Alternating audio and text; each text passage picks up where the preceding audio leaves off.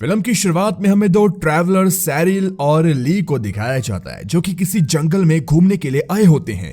इसी दौरान हम एक सांप को इनका पीछा करते हुए देखते हैं, जिसके सामने आते ही दोनों बुरी तरह से डर जाती हैं क्योंकि वो कोई मामूली सांप नहीं था बल्कि 9 सर वाला हाइड्रा स्नेक होता है जो कि पलक झपकते ही सैरिल पर हमला करके उसकी जान ले लेता है। और इसी के साथ ये सीन यहीं पर कट हो जाता है, जिसके बाद अगले सीन में एक लैब दिखाई जाती है जहां पर जानवरों की ग्रोथ बढ़ाने वाले हार्मोन्स और जीन पर काम चल रहा था। इसके बाद हम इस कंपनी के ऑनर जिंगटैन को देखते हैं जिससे मिलने के लिए एक प्रोफेसर आता है। दरअसल ये प्रोफेसर पहले जिंगटैन का एक टीचर रह चुका है और वो चाहता था कि जिंगटैन अपनी टीम को लेकर उसके साथ हाइड्रा स्नेक को ढूंढने के लिए जाए, क्योंकि ली नाम के एक आदमी ने उसे देखने का दावा किया है जिसकी गर्लफ्रेंड को हाइड्रा उसकी आंखों के सामने उठा ले गया था। लेकिन यहाँ किसी अनजान कारण की वजह से जिंगटैन प्रोफेसर के साथ चलने से इनकार कर देता है, जिस पर प्रोफेसर उससे कहता है कि आज अगर लिन जिंदा होती तो वो जरूर चाहती कि तुम हाइड्रा की सच्चाई को पता लगाओ। अब लिन का नाम सुनते ही जिंगटैन प्रोफेसर के साथ चलने के लिए तैयार हो जाता है, क्योंकि लिन उसकी एक्स गर्लफ्रेंड थी और अब उसकी मौत हो चुकी है। इसलिए अब जिंगटैन कुछ लोगों को साथ लेकर हाइड्रा को ढूंढने के लिए निकल पड़ता है। जिस दौरान हम प्रोफेसर के साथ जियान नाम की एक लड़की को देखते हैं जिसे प्रोफेसर अपनी स्टूडेंट बताता है। अब रास्ते में जाते वक्त अचानक इनकी बस रुक जाती है क्योंकि पेड़ गिरने की वजह से आगे का रास्ता ब्लॉक हो चुका था, जिसे सभी लोग हटाने की कोशिश करते हैं। तभी उन्हें पास ही की झाड़ियों में किसी के होने का एहसास होता है, जिस वजह से वो सभी अपनी गन्स को निकाल लेते हैं और उस झाड़ी में से एक जिंगटैन की कंपनी में काम करने वाली एक एम्प्लॉय चैंग यो निकलती है जो कि उन सभी के साथ इस सफर पर आना चाहती थी। जिसके बाद सभी बस में बैठकर आगे बढ़ते हैं। इसी दौरान हम हाइड्रा को भी वहां देखते हैं जिसके बारे में इनके गाइड किम के डॉग को पता लग जाता है, इसलिए वो भौंकना शुरू कर देता है। हालांकि कोई समझ नहीं पाता कि वो ऐसा क्यों कर रहा है। इसके बाद बस इन्हें इनकी मंजिल पर उतार कर चली जाती है क्योंकि वो अब 6 दिन बाद इन्हें लेने के लिए वापस आएगी। फिर जल्द ही जंगल में रात हो जाती है, जिस वजह से सभी एक जगह रुकने का फैसला करते हैं। जिस दौरान चैंग यो सियाओ से पूछती है कि आखिर जिंगटैन प्रोफेसर से अच्छे से पेश क्यों नहीं आता, तो इस पर सियाओ उससे बताता है कि असल में लिन जिंगटैन की एक्स गर्लफ्रेंड थी जो कि प्रोफेसर के साथ किसी रिसर्च प्रोग्राम में काम कर रही थी, लेकिन एक रात लैब में एक जोर का धमाका होने की वजह से उसकी मौत हो गई और तब से जिंगटैन प्रोफेसर को उसकी मौत का जिम्मेदार मानता है। अब कुछ देर बाद जब सभी सो जाते हैं तो प्रोफेसर के पास रखे एक बॉक्स को कोई चुराने की कोशिश करता है।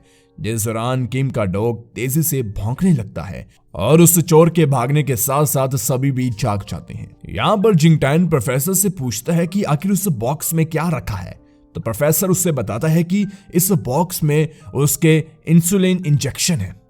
यहाँ उस चोर को पकड़ने के लिए किम अपने डॉग को खोल देता है जो कि आजाद होते ही जंगल की तरफ भाग जाता है। इसी बीच ली और बाकी सबको सैरिल के ड्रेस दिखाई देती है, इसलिए सभी उसको ढूंढने लग जाते हैं। इसी दौरान सियाओ को अकेला पाकर हाइड्रा उसकी जान ले लेता है। तभी चैंग यो देखती है कि सियाओ वहां नहीं है, इसीलिए वो उसे खोजने लगती है और अगले ही पल चैंग यो को सियाओ की लाश मिलती है जिसे हाइड्रा वहां से ले जाने की कोशिश कर रहा था, लेकिन जिंगटैन और चैंग यो उसे अपनी तरफ खींचने लग जाते हैं।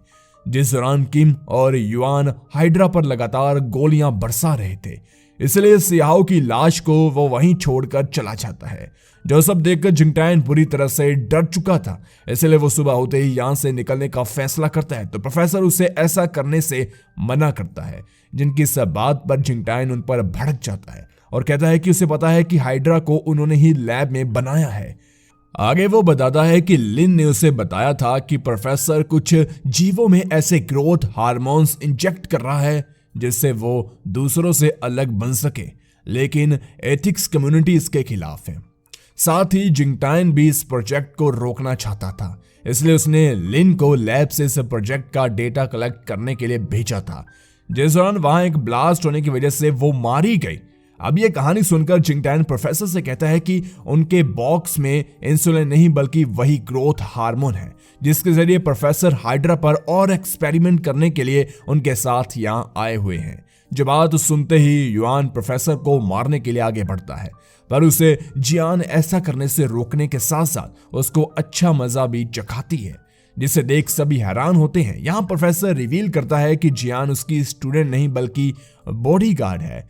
साथ ही वो जिंगटैन से कहता है कि वो जो भी सोच रहा है वो गलत है, मगर हाँ ये सच है कि प्रोफेसर यहाँ वो ग्रोथ हार्मोन भी लेकर आया है, लेकिन इससे वो हाइड्रा पर कोई भी एक्सपेरिमेंट नहीं करेंगे, बल्कि इससे वो हाइड्रा को ओवरडोज देकर मारना चाहते हैं। इसलिए वो उस बॉक्स को खोलकर ग्रोथ हार्मोन जिंगटैन के हवाले करने के लिए जाता है, जिसे किसी ने पहले ही चुरा लिया था, जिस वजह से जिंगटैन को लगता है कि प्रोफेसर उनसे झूठ बोल रहा है। इसलिए वो सुबह होते ही सभी के साथ यहां से निकल जाता है। हालांकि प्रोफेसर और जियान वहीं एक झोपड़ी में रुकते हैं। जिस दौरान जियान प्रोफेसर से पूछती है कि अब वो लोग अकेले क्या करेंगे, तो प्रोफेसर कॉन्फिडेंस के साथ बोलता है कि वो इस जगह से बाहर नहीं जा पाएंगे।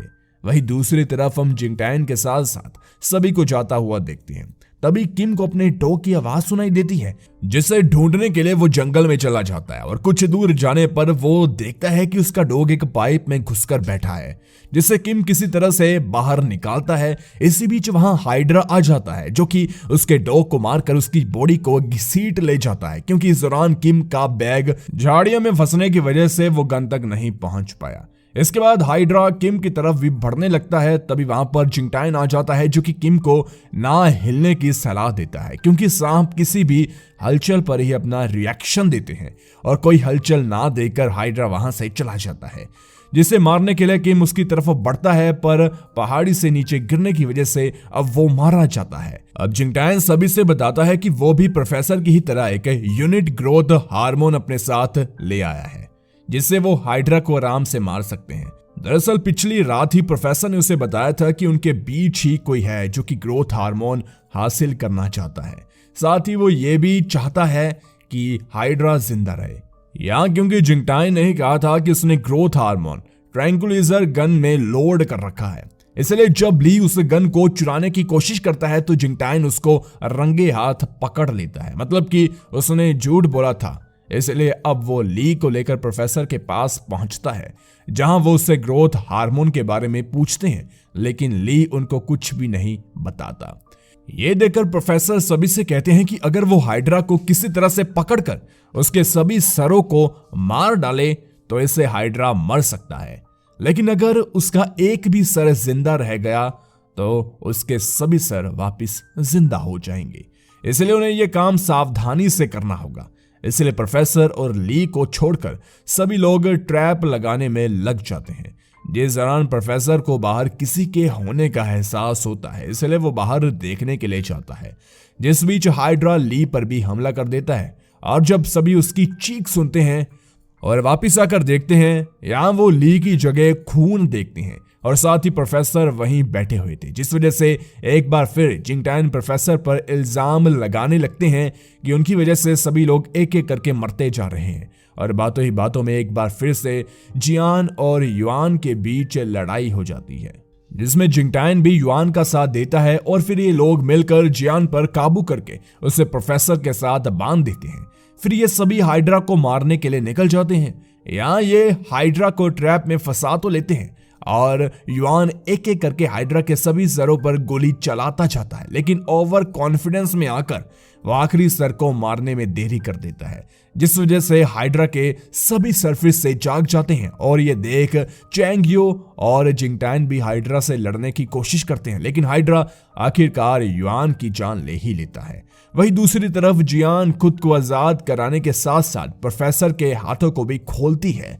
हालांकि इन दोनों के सामने हाइड्रा आकर खड़ा हो जाता है, जिसे देख दोनों की हालत खराब हो जाती है।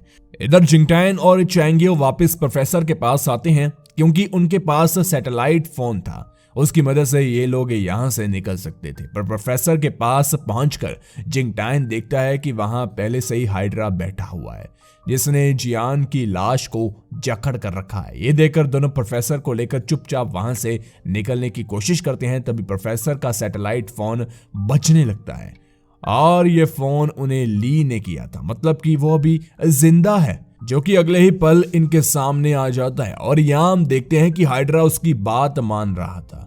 यहाँ एक और चीज रिवील होती है कि ली ने इन सभी को यहाँ आने के लिए इसलिए मजबूर किया ताकि वो ग्रोथ हार्मोन को चुरा पाए, जिसकी मदद से वो हाइड्रा को रिप्रोड्यूस करवाएंगे। लेकिन इसमें वो अकेला नहीं था, इन सब में उसके साथ लिन भी होती है, मतलब कि वो भी अब तक जिंदा थी। फिर लिन सभी के सामने आकर बताती है कि प्रोफेसर इस एक्सपेरिमेंट को बंद करना चाहते थे, लेकिन वैसा नहीं चाहती थी।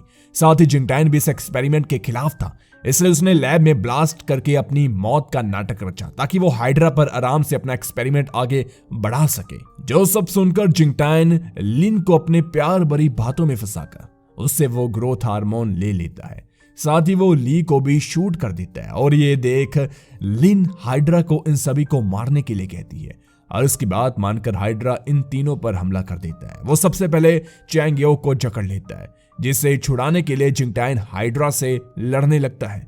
अब इसी अफड़ा तफड़ी में लिन को भी घाव लग जाता है, जिससे खून निकलने की वजह से हाइड्रा उल्टा उसकी तरफ ही अट्रैक्ट होने लगता है और उसके मना करने के बावजूद हाइड्रा का एक सर लिन को जिंदा ही निकल जाता है, जो देखकर जिंगटाइन तुरंत वो हार्मोन लेकर हाइड्रा में इंजेक्ट करता है, जिससे उसकी मौत हो जाती है। साथ ही चैंग यो भी सही सलामत थी, इसलिए जिंगटाइन उसे और प्रोफेसर को लेकर यहाँ से निकल जाता है, जिस दौरान हम हाइड्रा के अंडों में से उसके बच्चों को निकलता हुआ देखते हैं, जिसके साथ ये मूवी यहीं पर एंड हो जाती है। गाइस, आगे की स्टोरी हमें नेक्स्ट पार्ट में देखने को मिल सकती है, इसलिए आप हमारे चैनल को जरूर सब्सक्राइब कीजिए ऐसी वीडियोस को सबसे पहले देखने के लिए। धन्यवाद।